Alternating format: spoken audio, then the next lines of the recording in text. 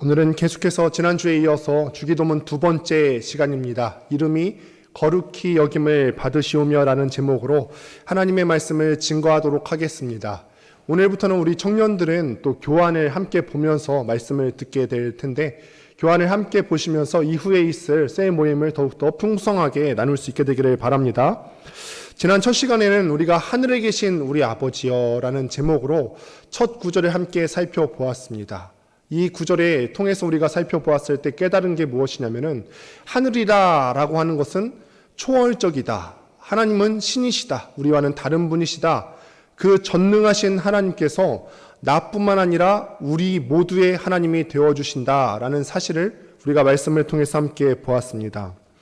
우리는 누군가와 대화를 시작할 때 막무가내로 본론을 얘기하진 않습니다. 딱 처음 오랜만에 만났는데 바로 본론을 얘기하진 않죠. 처음에 이야기를 할 때는 내가 이야기를 하는 대상을 먼저 부르고 호칭하고 대화를 시작합니다. 마찬가지로 우리가 하나님과 기도할 때, 하나님과 대화할 때는 먼저 하나님을 부르죠. 그래서 대표 기도를 할 때에도 제일 먼저 앞순서에 들어가야 되는 부분이 전능하신 하나님에 대한 호칭이에요. 전능하신 하나님, 사랑이 많으신 하나님, 그 하나님을 정의하면서 대표 기도를 시작하게 되어 있습니다. 우리가 부르는 그 하나님께서 어떤 존재인지에 대해서 지난 시간에 우리가 함께 살펴볼 수가 있었습니다.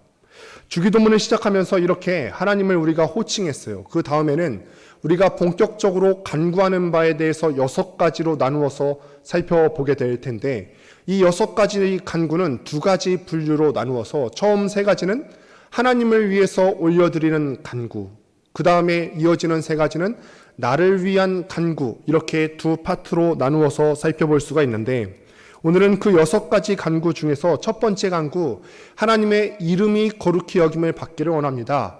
당신의 이름이 거룩히 여김을 받으시오며 라는 부분에 대해서 말씀을 상고하고자 합니다. 첫 번째 간구는 바로 아버지 하나님의 이름이 거룩히 여김을 받으시오며 입니다. 이름이 거룩히 여김을 받으시오며. 여기서 우리가 거룩하게 여기다라고 하는 단어를 눈여겨보셔야 되는데, 거룩하게 여기다라고 하는 말은 헬라어로 단 한 단어로 묘사가 되어지게 되는데, 그게 하기 아스테토라고 하는 단어가 쓰여지게 됩니다. 이 말은 무슨 뜻이냐면은 구별되다라고 하는 뜻이에요. 구별하다. 거룩하다라고 하는 단어의 원래의 뜻이 무엇이라고요? 구별하다. 구별하다는 무엇이죠? 다른 것과 따로 떨어뜨려서 생각하는 거예요. 다른 여타의 것들이 있는데 이것은 구별된 것이다, 이렇게 여겨지는 거죠. 이 말은 우리가 알 수도 있고 모를 수도 있는 알 듯 모를 듯한 어려운 단어에 속하는 단어죠. 그리스도인들은 우리가 흔히 거룩하다라는 단어를 많이 사용하지만 정작 이 정의를 알지 못하고 사용할 때가 많이 있어요. 거룩하다가 무엇인지 정의해보라고 하면은 우리가 그것을 정의하지 못할 때가 많이 있더라는 말이죠. 예를 한번 들어보겠습니다. 저에게 많은 펜이 있다고 하겠습니다. 실제로 저에게는 많은 펜이 있습니다. 저는 이상하게 다른 욕심은 없는데 문구에 대한 욕심이 있어요. 잘 쓰지도 않는데 일단 문구점에 가면은 펜을 다 사고 싶더라고요. 그래서 많은 펜을 이렇게 모으게 되는데, 그 중에 한 펜은 특별히 돌아계신 할머니께서 유품으로 주신 볼펜이라고 하겠습니다. 실제로 그렇게 하시진 않았습니다. 돌아가신 할머니께서 유품으로 주신 펜이 있다고 한번 해보겠습니다. 그렇다면요, 할머니께서 주신 이 펜은 단순히 유용하다, 이 펜이 편리하다라는 의미 이상의 것이 될 것입니다. 다른 펜들도 똑같이 글씨가 잘 써지고 손에 쥐기 편안한 것이지만, 할머니께서 이것을 나에게 유품으로 전해줬을 때는 단순히 쓰기 편한 것 이상의 의미가 있을 것입니다. 이 펜은 그 이상의 아름다움을 가지고 있다는 거예요. 이 펜은 구별된 펜이고 거룩한 펜입니다. 마찬가지로 우리가 하나님을 거룩하게 여긴다는 말은 뭐냐면은, 하나님을 우리가 대할 때 하나님은 내 인생에 뭔가 유용한 분이다, 내 인생에 도움이 되시는 어떤 쓸모 있는 분이시다 라고 하는 의미를 넘어서서 그분을 아름답게 여기는 거예요. 그분을 아름답게 구별해서 여긴다는 거죠. 여타의 내 일생에 필요한 것들이 많이 있죠. 돈도 필요하고요, 집도 필요하고 인간 관계도 필요한데, 하나님은 이것과 구별되어서 내 인생의 가장 아름다운 분이시다. 이게 하나님의 이름을 거룩하게 여기다라고 하는 말의 의미입니다. 하나님의 다른 모든 속성들은 우리에게 다 유용하죠. 하나님의 전능하심이 우리 모든 성도님들에게 유용합니까? 유용하지 않습니까? 유용하죠. 왜냐하면은 하나님의 전능하심으로 인해서 여러분들이 하시는 그 기도의 간구를 이루어 주실 테니까요. 하나님의 지혜는 우리들에게 유용합니까? 유용하지 않습니까? 유용하죠. 왜냐하면은 하나님의 지혜로 우리 또한 그 지혜를 닮아서 지혜롭게 될 테니까요. 하나님의 사랑은 어떻습니까? 당연히 우리에게 유용합니다. 그런데 하나님의 거룩은 어떻습니까? 하나님의 거룩은 다르죠. 하나님의 거룩은 여타의 다른 하나님의 속성과는 조금은 다릅니다. 하나님의 거룩하심은 어떻게 보면은 우리에게 유용하지는 않습니다. 오히려 우리가 이 거룩하심을 대할 때는 아름답다라고 여겨야 되죠. 아름답죠. 그래서 18세기의 목회자인 조나단 에드워즈라고 하는 아주 유명한 신학자가 있는데 이렇게 이야기했습니다. 참된 신앙이라는 것은 하나님의 거룩하심을 보고 아름답게 여기는 것이다. 참된 신앙이라는 것은 하나님의 거룩하심을 보고 아름답다 찬양하는 거죠. 그렇다면 아버지의 이름이 거룩히 여김받기를 원합니다라고 우리가 기도를 올려드릴 때 이 기도는 무슨 의미가 되겠습니까? 그래서 지금까지 우리가 함께 나누어 본 이 내용을 요약하자면은 하나님, 당신의 이름이 저한테 그리고 우리 모든 성도들에게, 우리 모든 인간들에게 단순히 나한테 쓸모 있는 분, 유용한 분으로 평가받는 것이 아니라 나의 인생에 있어서 가장 아름다운 분이 되기를 원합니다.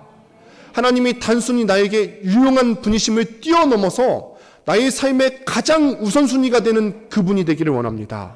사람들이 당신을 볼 때, 하나님을 볼 때 하나님을 다른 우상들과는 구별된 분으로, 구분된 분으로, 특별한 분으로 여기기를 원합니다 라고 하는 뜻이 되는 것이죠. 우리 주님께서요 이렇게 기도를 가르쳐 주십니다. 다시 한번 이 내용으로 돌아와 봐서 우리 주님께서 우리에게 처음으로 하라고 명하신 이 기도는 사실 기도의 내용을 보면은 각 사람의 기도의 제목을 보면 그 사람이 어떤 욕망을 갖고 있는지, 어떤 마음을 갖고 있는지 알 수가 있어요. 기도는 우리의 마음과 우리의 욕망을 폭로합니다. 보통 기도는 우리가 진정으로 바라는 것이 무엇인지를 보여줍니다. 즉 우리의 욕망을 보여주는 것이죠. 예를 한번 들어보겠습니다.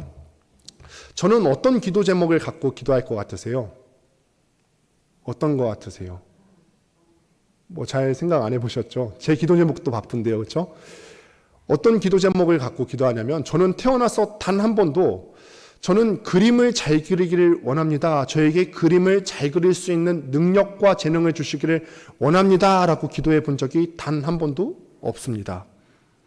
그림 실력이 아주 형편없는데도 불구하고 저는 사실 제가 그림을 그래도 잘 그리는 줄 알았어요. 왜냐하면 줄곧 시골 학교에서 자라났기 때문에 미술대회를 나가도 나갈 사람이 저밖에 없는 거예요. 그림을 못 그리는데도 나갈 사람이 저밖에 없어서 나가다 보니까 상을 타오는 거예요. 그래서 야, 나는 그림을 잘 그리나 보다라고 해서 우리 아내에게 자랑을 합니다. 내가 그림을 그래도 좀 잘 그리지 않아? 했더니 너무 객관화되지 않습니까? 또 아내는 늘 항상 객관적이잖아요. 그런데 저는요, 한 번도 나에게 뛰어난 그림 실력을 주세요라고 기도하지는 않습니다. 왜냐하면요, 나한테는 좋은 그림을 보고 즐기려는 욕망은 있지만 좋은 그림을 그리는 사람이 되고 싶은 욕망은 없으니까요. 그렇습니다. 저는 대신에 자주 이렇게 기도합니다. 하나님, 저에게 좋은 지성을 주세요. 판단력과 직감과 지혜를 주세요. 저는 좋은 설교자요, 목회자가 되기를 원하기 때문입니다. 여기에는 제 욕망이 있습니다. 그리고 그 욕망의 대상은 뭐냐면은 늘 내가 거룩하게 구별해 놓는 거예요. 좋은 설교자가 되기를 원하는 것, 좋은 목회자가 되기를 원하는 것, 이건 제 욕망을 투영하는 것이죠. 어떤 사람이 사업가이고 평상시에는 거의 기도하지 않는다고 한번 해보겠습니다. 그러다가 회사가 어려워질 때마다 이 사람이 평상시에는 기도하지 않는데 그럴 때마다 기도하는 것입니다. 그렇게 문제가 해결되면은 이 사람은 원래 하던 습관을 따라서 다시 기도하지 않습니다. 그렇다면은 우리는 여기서 회사가 어려워질 때만 기도하는 이 사람의 욕망을 볼 수가 있죠. 바로 사업적인 성공이에요. 이 사람의 거룩하게 여기는 것, 이 사람이 구별해서 귀하게 여기는 것이 무엇이냐? 사업적으로 성공했으면 좋겠다. 평상시 전혀 기도하지 않는 사람이 사업이 어려워지거나 직장이 어려워질 때만 기도한다면 그는 사실상 이렇게 얘기하는 거죠. 제게는 제 사업이 가장 거룩합니다. 제 사업이 가장 구별되었고 제 사업이 내 삶에 있어서 가장 아름다운 것입니다. 라고 기도하는 거죠. 마찬가지로 평상시 전혀 기도하지 않는 사람이 관계에 어려움이 있을 때만 기도한다면 그가 가장 거룩하게 여기는 것, 가장 특별하게 구별되어 생각하는 것은 다른 사람과의 관계, 또 내가 다른 사람들한테 받는 평판을 가장 거룩하게 여기는 것입니다. 또 제가 만약에 평상시 기도하지 않다가 권능교회에 어려운 일이 있을 때만 기도한다. 그것은 제가 하나님을 거룩하게 가장 구별되게 여기는 것이 아니라 이 교회를 가장 먼저 생각하는 것이 되겠지요. 우리는 기도를 통해서 하나님의 이름을 거룩히 높일 수도 있지만 자신의 이름을 높이고 교만하게 거룩하게 여기는 교만을 드러낼 수도 있다는 사실을 우리가 알아야 될 것입니다. 높아심의 말씀 드리자면요, 우리가 기도를 잘 배우지 못했어도 괜찮습니다. 우리가 이렇게 부족한 간구와 회개를 드렸다고 하나님께서 우리의 기도를 거절하시거나 안 들으시는 것은 아닙니다. 왜냐하면 하나님의 긍휼하심은 우리의 죄악을 넘어서기 때문에 그렇습니다. 우리가 하는 기도 응답의 근거는 무엇이냐면 얼마나 우리가 잘 배운 대로 기도를 잘하느냐, 우리 기도의 순수성에 있는 것이 아니라 예수 그리스도의 이름에 있습니다. 즉 우리 기도가 때로는 못 배울 수 있어요.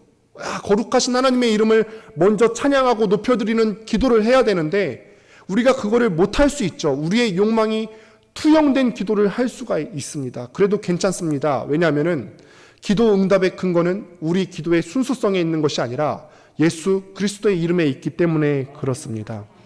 하지만 우리가 기도가 목표하는 바를 더 깊고 풍성히 누리려면 우리가 하는 기도의 문제가 무엇인지를 분명하게 알 필요가 있습니다. 그렇다면 다음 질문으로 우리가 생각해 볼 수가 있습니다.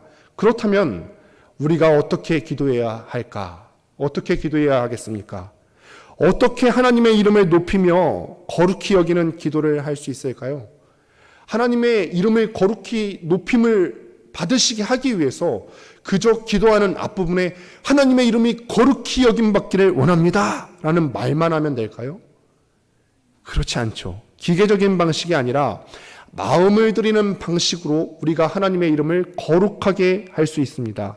더 정확히는 필요한 것을 구하는 간구와 하나님의 이름을 찬양하는 그 기도의 방식을 결합하는 방식으로 하게 됩니다. 예를 들어보겠습니다. 우리가 가장 많이 하는 류의 기도가 무엇일까요? 여러 가지 형태의 기도가 있을 텐데 우리가 가장 많이 하는 류의 기도가 뭐죠? 경제적인 거 기도하지 않으십니까? 기도합니다. 경제적으로 우리의 삶을 돌보아 달라는 기도를 반드시 하실 겁니다. 성경은 이러한 기도를 하더라도 하나님의 이름을 높이는 방식으로 기도하는 예를 우리에게 보여줍니다. 함께 잠언 30장 8절과 9절 말씀을 보도록 하겠습니다. 잠언 30장 8절과 9절 말씀 함께 읽습니다. 시작.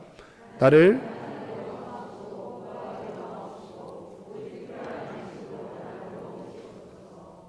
여기서 다시 한번 그 다음 말씀도 있을 텐데요. 10절 말씀 또 한 번 읽습니다.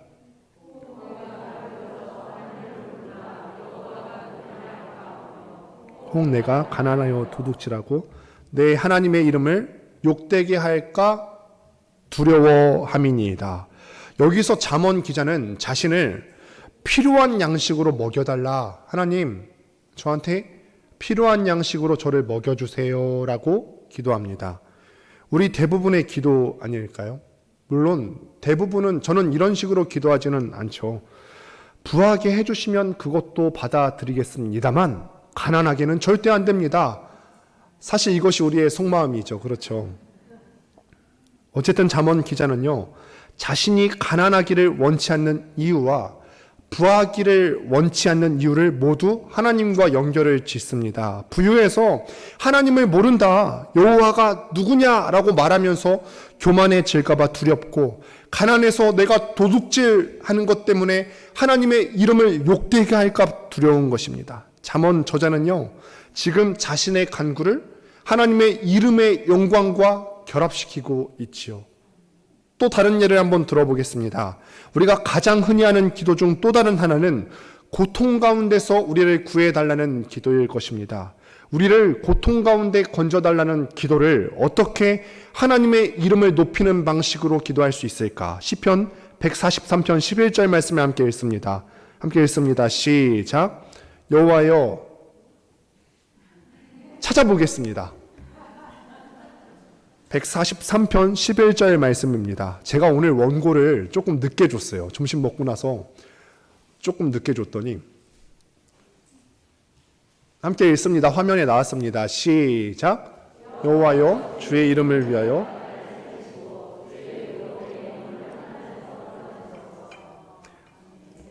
이 시인이 자신을 고난 가운데서 구해달라고 구합니다. 그리고 그 이유를 자기 의로움에서 찾는 게 아니에요. 하나님, 제가 뭘 잘못했는데요? 제게 왜 이런 고통을 주시는 겁니까?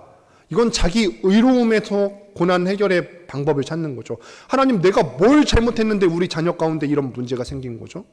하나님, 제가 뭘 잘못했는데 저에게 이런 시련을 주시는 것입니까? 이렇게 말하지 않죠. 도리어 주의 이름을 위하여 자신을 살려달라고 합니다. 풀어 쓰자면은 이렇게 말하는 거죠. 하나님, 이 환난에서 제발 저를 좀 살려주세요. 제가 이렇게 고통스러운데 하나님도 제 아버지시라면서요. 하나님도 제 아버지시니까 제가 고통스러울 때 당신도 마음 아프시지 않으십니까? 사람들이 나를 욕하면은 결국 아버지 하나님을 비난하는 것과 마찬가지 아니십니까? 그러니 하나님의 이름을 위해서, 당신 이름의 영광을 위해서 나를 고통 가운데서, 환난 가운데서 건져내 주세요. 이런 말이죠. 하나만 더 예를 들어보겠습니다. 살다 보면은 딱히 선과 악으로 나뉘지 않는 것들 중에 하나를 결정해야 될 때를 만납니다. 이직을 해야 되는지, 아니면은 공부를 내가 계속해야 되는지. 내가 공무원 공부를 계속하고 있는데 계속 떨어져요. 그런데도 불구하고 공부를 더 해야 하는지, 언제 누구를 어떻게 만나야 하는지 등의 결정은 도덕적 판단보다는 지혜를 필요로 합니다. 그때 우리가 또 이렇게 기도할 수 있습니다. 하나님, 저는 이 상황 가운데서 무엇을 선택해야 할지 잘 모르겠어요. 그렇지만 제가 무엇을 선택하든 하나님의 영광을 높이는 방식으로 선택되게 하여 주옵소서. 당신의 이름이 거룩히 여김을 받는 방식으로 제 길이 인도받게 하여 주옵소서. 당신의 이름이 더 높임받고 거룩하게 여김받을 수 있도록 저의 환경을 인도해 주세요 라고 기도할 줄 수 있죠. 이렇게 기도할 때 우리는 하나님께서 가장 좋은 길로 인도받을 수 있을 뿐 아니라 우리가 가는 길이 하나님을 영광스럽게 영화롭게 하리라는 확신을 가질 수가 있다는 말입니다. 그렇다면 우리는 기도할 때마다 하나님의 이름이 거룩히 여김받기를 원한다고 말하건 모든 간구에 그 앞에다마다 하나님의 영광을 위하여 라는 말만 덧붙여 기도하면 되는 것일까요? 물론 이게 맞는 말이지만 정말 하나님의 이름이 높아지기를 원하는 마음이 없이 이런 기도를 하게 된다면 우리의 기도는 가식적인 기도가 될 겁니다. 그렇다면 이런 마음, 곧 우리 하나님의 이름이 거룩하게 여김받기를 원하고 하나님의 이름이 높임받기를 바라는 마음은 어떻게 생길 수 있을까? 여러분, 정말 하나님의 이름이 거룩히 여김받기를 원하십니까? 마음 중심에서부터 그렇게 여김받기를 원하십니까? 이런 마음이 정직하게 돌아봤을 때 없으신 분들은 어떻게 해야 이런 마음이 생길 수 있을까? 먼저 우리가 생각해야 하는 것은 우리 주님께서 우리에게 먼저 자신의 이름을 주셨다는 것입니다. 주님께서는 이렇게 말씀하셨습니다. 함께 요한복음 14장 13절과 14절을 보도록 하겠습니다. 요한복음 14장 함께 읽습니다. 시작.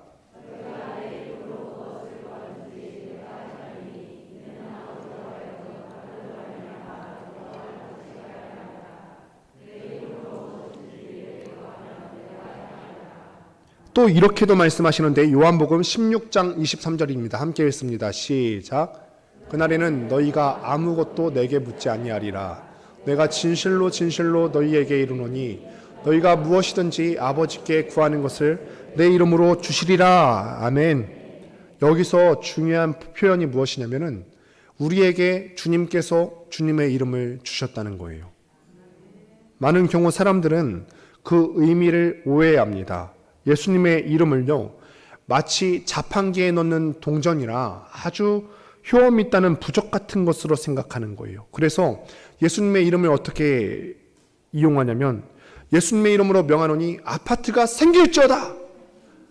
혹시 아멘 하실까 봐 걱정됐었어요. 지금 이 타이밍에 아멘이 아닌데, 혹은 예수님의 이름으로 명하노니 내 자녀가 하버드 대학에 붙을지어다. 여기까지도 아멘은 아니십니다. 이렇게 말하면 그대로 이루어지는 것처럼 여깁니다.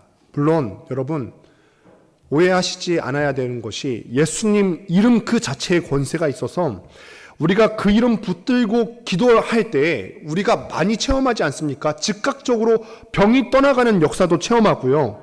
우리 간구가 즉각적으로 응답받기도 합니다. 이거는 우리가 보고 체험하는 바예요. 그러나 주님께서 말씀하신 것은요, 이런 의미가 아니라 오히려 이것도 좋은 것이지만 이것보다 훨씬 더 큰 의미예요.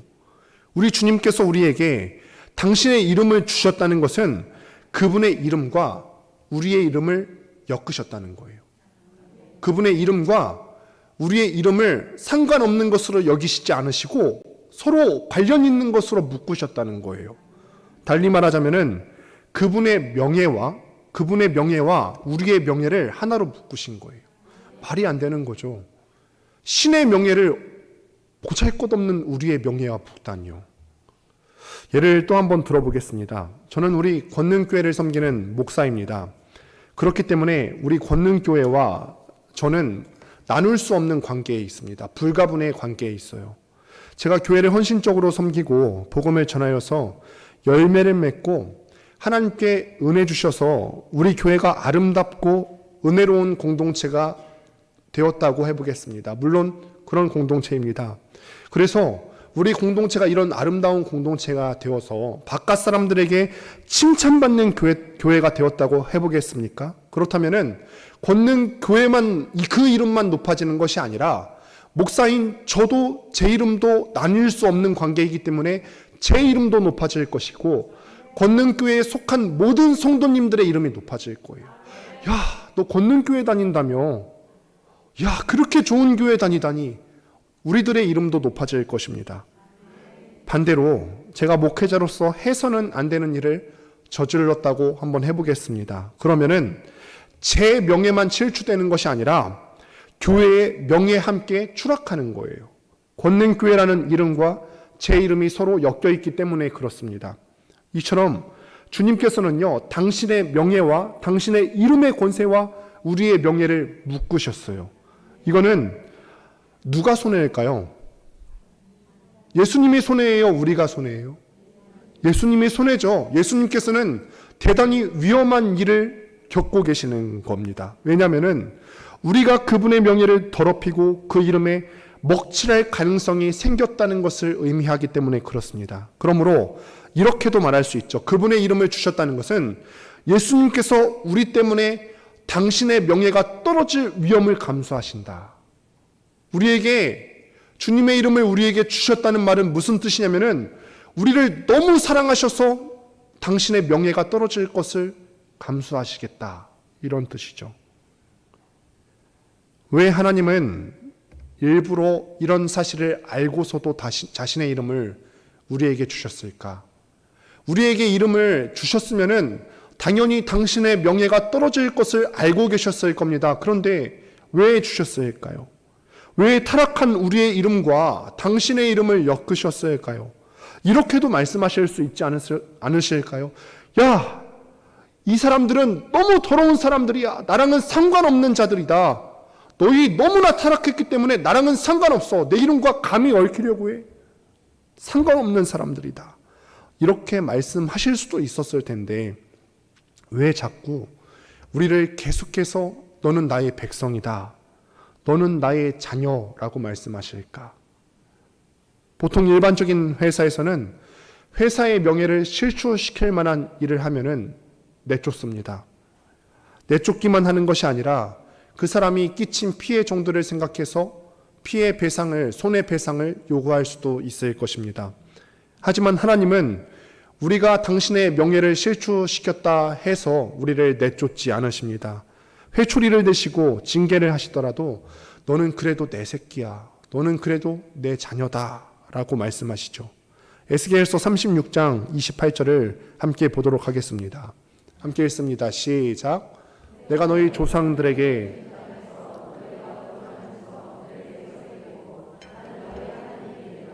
우리가 그분의 명예를 때로는 실추시키고 때로는 하나님의 말씀에 불순종할 때에도 하나님께서는 우리를 내쫓지 아니하시고 너는 내 자녀다. 너는 내 백성이다.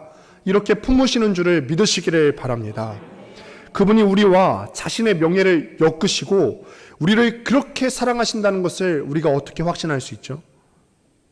우리가 이거를 어떻게 확신할 수 있습니까? 많은 사람들은 이렇게만 하죠. 야, 하나님은 내가 이렇게 힘든 상황에서 기도하는데도 응답해 주시지 않으시네. 하나님 나한테 별 관심이 없으신 거 아닌가? 내가 진로 때문에 이렇게 힘들게 기도하는데도 불구하고 하나님이 활짝 열어주시지 않으셔요. 하나님께서 내 경제적인 어려움 때문에 이렇게 열심히 기도하는데도 불구하고 나는 여전히 어려움 가운데 있어요. 하나님께서 내 자녀의 어려움 때문에 이렇게 열심히 자녀를 위해서 기도하는데도 나의 기도에 응답하시지 않으시네.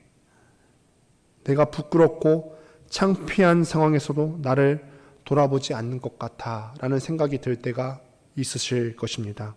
그렇다면은 우리가 객관적인 증거, 실제로 일어났던 역사적인 사건에 우리가 눈을 돌릴 필요가 있습니다. 하나님께서 우리를 사랑하신다고 믿을 수 있는 궁극적인 증거가 뭐죠? 이게 주일학교였으면 맞추면은 초콜릿이라도 준다고 했을 텐데요. 무엇입니까? 하나님께서 나를 사랑하신다고 하는 그 궁극적인 증거가 뭐죠? 십자가입니다. 이렇게 뒤에 힌트를 대놓고 달고 있는데요. 십자가예요. 십자가는 사실은 아름답게 여겨질 만한 건 아니죠. 당시의 사형틀이에요. 사용하는 형벌 도구입니다. 그런데 이 십자가 사형 형틀이 영광스럽게 된 것은 예수님께서 우리를 위해서 달려 돌아가신 도구이기 때문에 그렇죠. 하나님이 우리를 사랑하신다고 믿을 수 있는 궁극적인 증거는 바로 십자가 사건입니다. 그분이 십자가에서 우리를 위해서 하신 일이 무엇입니까? 십자가에서 우리를 위해서 무엇 하셨죠? 달려 돌아가셨죠. 최악의 명예훼손을 당하셨어요. 최악의 명예훼손이죠. 예수 그리스도의 고난을 예언하고 내다본 말씀으로 유명한 시편 22편 6절을 함께 보도록 하겠습니다. 함께 읽습니다. 시작. 나는 벌레요 사람이 아니라 사람의 비방거리요 백성의 조롱거리니이다. 여러분, 하나님께서는요 예전에 모세에게 자신을 드러내실 때 이렇게 말씀하셨어요. 나는 스스로 있는 자니라. 이 말은 무슨 뜻이냐면은 나는 누군가에 의해서 피조된 존재가 아니다. 누군가에 의해서 만들어진 존재가 아니라 스스로 있는 자이다. 나는 초월적인 존재이고 나는 신이다 라고 그 위대하심을 드러내서 말씀하셨어요. 그런데 그런 분이 우리를 위하여서 우리를 사랑하셔서 스스로 자기 자신에 대해서 말씀하시기를 나는 벌레다. 나는 벌레다. 벌레와 같이 취급을 받으셨다는 겁니다. 마치 땅에 기어다니는 벌레와 같다고 자신을 밟는 사람들의 발밑에서 아무것도 할 수 없는 존재처럼 멸시를 받되 그저 수동적으로 가만히 있어야만 되는 처지라고 당신께서 느끼셨다는 것입니다. 우리 주님께서 사람들에게만 수치를 당하셨을까요? 사람들에게만 버림을 당하시지 않으셨죠. 그분이 가장 사랑하는 분, 우리 주님께서 가장 사랑하는 분 누구시죠? 아버지 하나님께도 버림을 받으셨어요. 우리 주님께서는요 십자가상에서 돌아가시기 전에 기도하실 때 그 기도문을 유심히 보시게 되면은 평상시에 우리 주님께서 하나님께 기도할 때 뭐라고 부르시죠? 평상시에 아빠, 아버지라고 불러요. 그런데 돌아가시기 전에 십자가 틀에서는 하나님을 뭐라고 부르냐면은 하나님이라고 불러요. 이 말은 무슨 말이냐면은 예수님께서 하나님을 아버지라 안 하시고 하나님이라고 부르시는 이유는 무엇이냐면은 지금 그 십자가 위에서는 아들의 존재로 있는 것이 아니라 죄인의 대표로서 그 자리에 있다는 거예요. 우리 주님께서 우리의 죄를 뒤집어 쓰셨기 때문에 우리가 마땅히 받아야 되는 성부 하나님의 진노와 혐오를 그 자리에서 다 받으시겠다는 결사의 각오를 하시는 거죠. 당신께서 가장 혐오하시는 존재가 된 것도 예수님의 아픔이죠. 그 자체로 진리이신 분이시죠. 예수님께서는요, 그 자체로 진리이신 분이신데 위선자인 우리의 죄를 뒤집어 쓰셔서 십자가에서 위선자가 되셔야 했어요. 예수님께서는 순결한 분이신데 음란한 우리를 대신하셔서 그 십자가상에서 음란한 분이 되셔야 됐고, 예수님께서는 그 자체로 가장 순수한 분이 되셔야 되는데 우리의 죄를 대신하셔서 그 십자가상에서 흉악범의 이름을 뒤집어 쓰셨어요. 우리의 죄를 담당한 대리자로 서셔야 했다는 것입니다. 세상에 많은 파렴치한 범죄자들도 비록 소수지만 그들의 옆에 서 있는 사람이 있지만 우리 주님 곁에는 아무도 없었죠. 심지어는 내가 주님 위해서 내가 평생 모든 것을 다 버리며 주님을 따라가겠습니다 라고 결단했던 제자들도 다 뿔뿔이 흩어졌습니다. 다 떠나버렸어요. 모두가 주님의 이름을 더럽히고 명예훼손을 하고 주님의 이름을 가치 없는 것으로 여겼습니다. 그리고 그분이 우리를 대신해서 혐오를 받으심으로써 우리가 사랑을 받게 되었습니다. 그분의 이름이 멸신을 받음으로 우리의 이름이 영광을 받게 되었다는 사실을 기억하시기를 바랍니다. 그러면은 답이 나오죠. 어떻게 우리가 하나님의 이름을 거룩히 여겨야 되겠다는 마음을 가질 수 있겠습니까? 하나님께서 우리를 위해서, 우리 주님께서 우리를 위해서 이렇게 하셨는데, 이렇게까지 하셨는데 우리는 그분의 이름을 거룩하게 하지 못하겠습니까? 말씀을 마무리합니다. 부모님들은 자식들을 위해서 기꺼이 가장 낮은 자리까지 갈 수 있습니다. 자식의 안녕을 위해서라면요, 세상에서 가장 힘든 일도 할 수 있죠. 우리네 부모님들도 우리에게 그러셨죠. 부모된 우리의 입장에서는 어떻습니까? 우리의 자녀를 위해서 심지어는 죽어줄 수도 있지 않으십니까? 가장 더러운 곳까지 갈 수 있어요. 2014년도에 부산일보에 이런 기사가 있었습니다.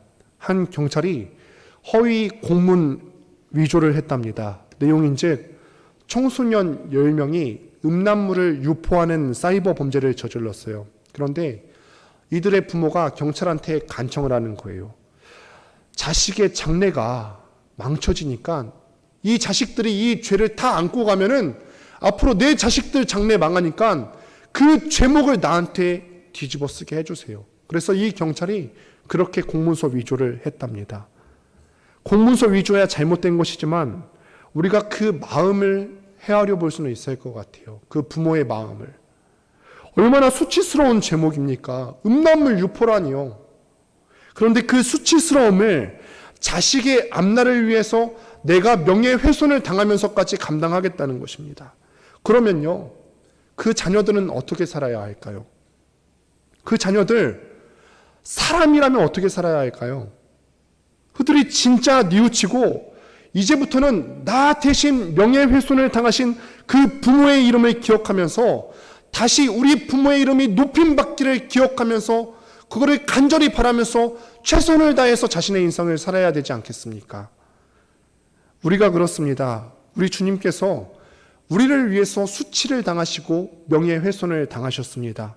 그리고는 그렇게 주님께서 명예훼손을 당하심으로 영광을 받은 우리는 우리를 위해서 자신을 희생하시고 부활하신 예수 그리스도의 이름을 찬양하고 그분의 이름을 거룩하게 여겨야 한다는 것입니다.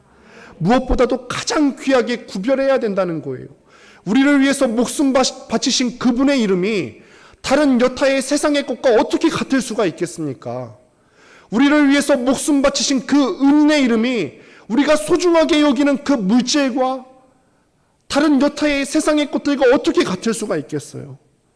무엇보다도 귀하게 구별해야 하지 않겠습니까? 우리가 기도를 시작할 때 그래서 이것을 기억했으면 좋겠습니다. 우리 주님께서 우리를 위해서 얼마나 큰 일을 했는지 묵상하십시오. 그리고 우리를 위해서 기꺼이 자기의 더럽혀지기를 주저하지 않으셨던 우리 주님의 이름이 높여지기를 위해서, 거룩히 여김받기를 위해서 매 순간 내 숨이 붙어있는 순간마다 그렇게 최선을 다하시기를 주님의 이름으로 축원드립니다. 이 시간에 다 같이 일어나서 들은 말씀 붙들고 같이 기도했으면 좋겠는데 이 찬양이 생각이 났어요. 거룩하신 하나님, 주께 감사드리세. 날 위해서 이 땅에 오신 독생자 예수, 그분은 내가 약할 때 강함을 주시는 분이시고 가난할 때 우리를 부욕해 하신 나의 주님이십니다. 그분께 감사와 찬양을 올려드리기를 바랍니다.